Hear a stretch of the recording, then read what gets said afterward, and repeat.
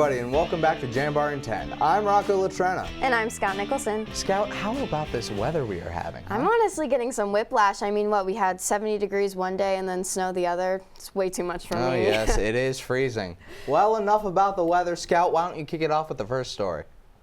Among courses available to students at Youngstown State University is a sociology course on human trafficking, held on Tuesdays and Thursdays in Cushwa Hall. The course provides students with a comprehensive introduction to human trafficking. Reporter Ben Davis has more.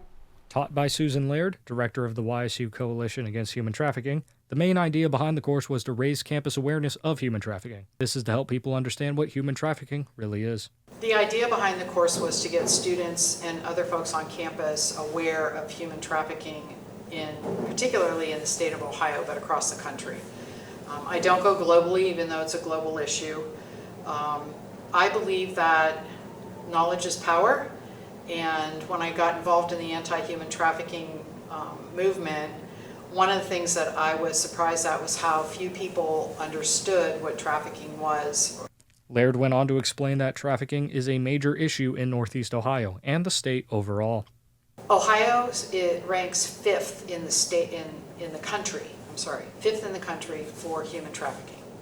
Okay. It has been fifth since I started in 2014 in anti-human trafficking. We are fourth in the state for activity. The human trafficking course remains popular on campus, attracting students from every discipline and filling its roster every semester. It is a thorough introduction to human trafficking, the problem of it.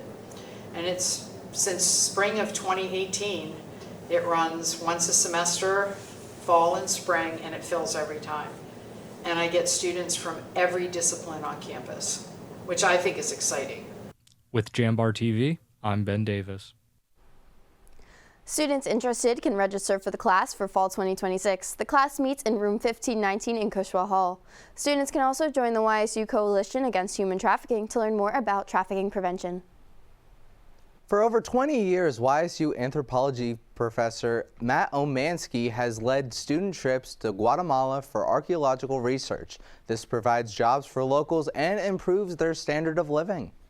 Well, these are often regions where there is little to no work. They live in small villages throughout the jungles, often no electricity, no running water.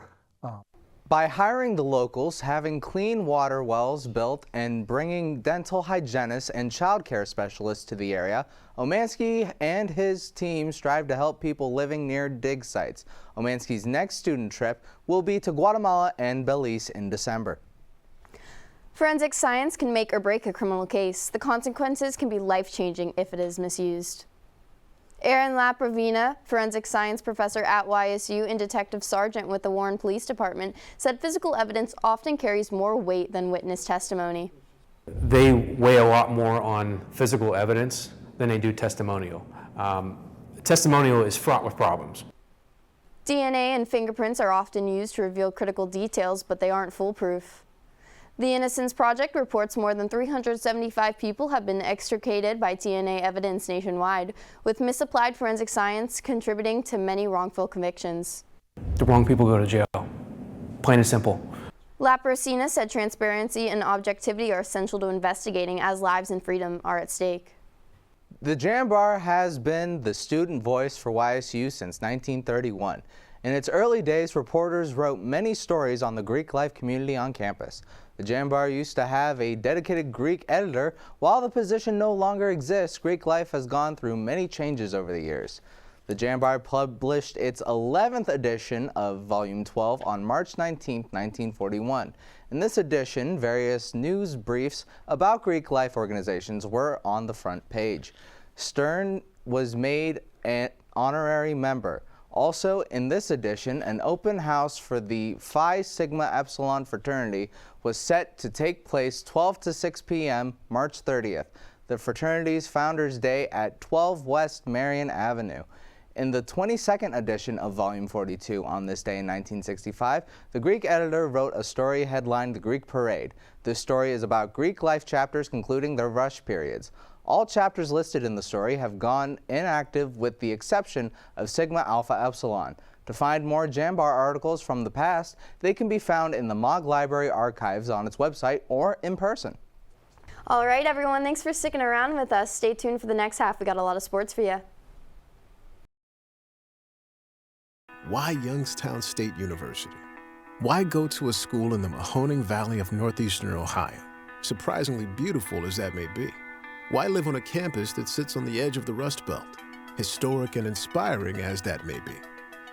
In short, why choose Youngstown State? Here's why. Because when it comes to engineering, medicine, sports, business, and the skills you need to take your place in the future, we take a back seat to nobody because you can afford us. And we will afford you the opportunity to build the future you want and the life you desire. Why Youngstown State? Because we care about you, your success, and our future. Together. Youngstown State University. Now you know why.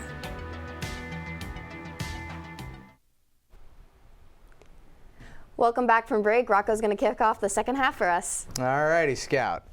The Penguins swimming and diving closed out its postseason with strong performances in the pool as the programs head into the offseason with a major change at the head coach position.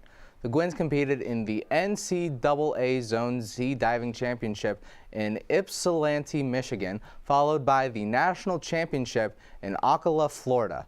Junior Hannah Held led the Penguins on the diving boards, advancing to the platform finals and coming home 17th overall. Freshman Raphael Seri Comier and senior Zachary Lowe represented the men's side. Youngstown State also competed in the pool, where the men had a strong showing in the National Invitational Championship. Graduate student Quinn Senor was the standout performer as he won the 200 butterfly and was a runner-up in the 200 freestyle. Following the postseason, YSU swim and dive head coach Brad Smith announced he will step down after 7 seasons leading the program. Under his lead, the Gwins saw their best finishes and the Horizon League championship in program history. YSU will now begin looking for a new head coach for next year. The Youngstown State men's golf team turned in a strong performance at the Jackrabbit Invitational, finishing second overall after 3 rounds of play. The Penguins shot a total of 851, just 4 strokes behind tournament winner South Dakota State. The score also tied for the fourth lowest 54-hole total in program history. Senior Ryan Sam led the way, tying for second place at 6 under par. He shot rounds of 70, 67, and 73, including a career low 67 in the second round. Michael Porter added a 7th place finish, while Jordan Kish and Nate Schilling each tied for 15th. Sam also paced with the team with 14 birdies and was named the Horizon League Golfer of the Week following the event. The Penguins returned to action March 30th at the Butler Spring Invitational in Indiana. Youngstown State women's lacrosse opened a Mid-American Conference play on March 14th, but struggled against the pre-predicted conference champion. The Minutewomen have been undefeated in conference play since 2018 and defeated the Penguins 21-3 at Farmers National Bank Field on March 14th. UMass scored just 47 seconds into the game and never looked back. Redshirt sophomore Alyssa Edwards posted a season-high 9 saves. Offensively, sophomore Claire Benzinger recorded her second straight multi-game with 2 of YSU's 3 goals, including one during a 3-player advantage. With the loss, Youngstown State falls to 0-1 in conference play and are still searching for its first win of the season. The Penguins first traveled to Robert Morris University in its second conference matchup. Next, the team will travel to the University of Cincinnati to face an out-of-conference opponent, the Bearcats, on March 22nd. First draw is set for noon and will be streamed on ESPN+. Last week, the Youngstown State University baseball team faced the Oakland University Golden Grizzlies in their first Horizon League Conference matchup of the season. Senior Braden Gebhardt gave his first earned runs of the season after a solo home run and a grand slam put Oakland in front after YSU started out strong. After the grand slam by Oakland, the Penguins rallied off onto 2 hits by redshirt freshman Nick McSavage and a save effort by sophomore Tyler Heffen for the 6-5 win. In the next 2 games, the Penguins started the scoring but failed to contain the Golden Grizzlies' run scoring as the Penguins gave up multiple big plays by Oakland. Gebhardt remains as the Horizon League's ace pitcher, leading the conference in ERA and strikeouts. The Penguins now embark on a 2-week road trip across the eastern United States as they face 3 more non-conference opponents before facing Northern Kentucky University to continue their conference play. Well, that's all the time we have for Jambar in 10. I'm Rocco Latrena. And I'm Scout Nicholson. We'll see you next time.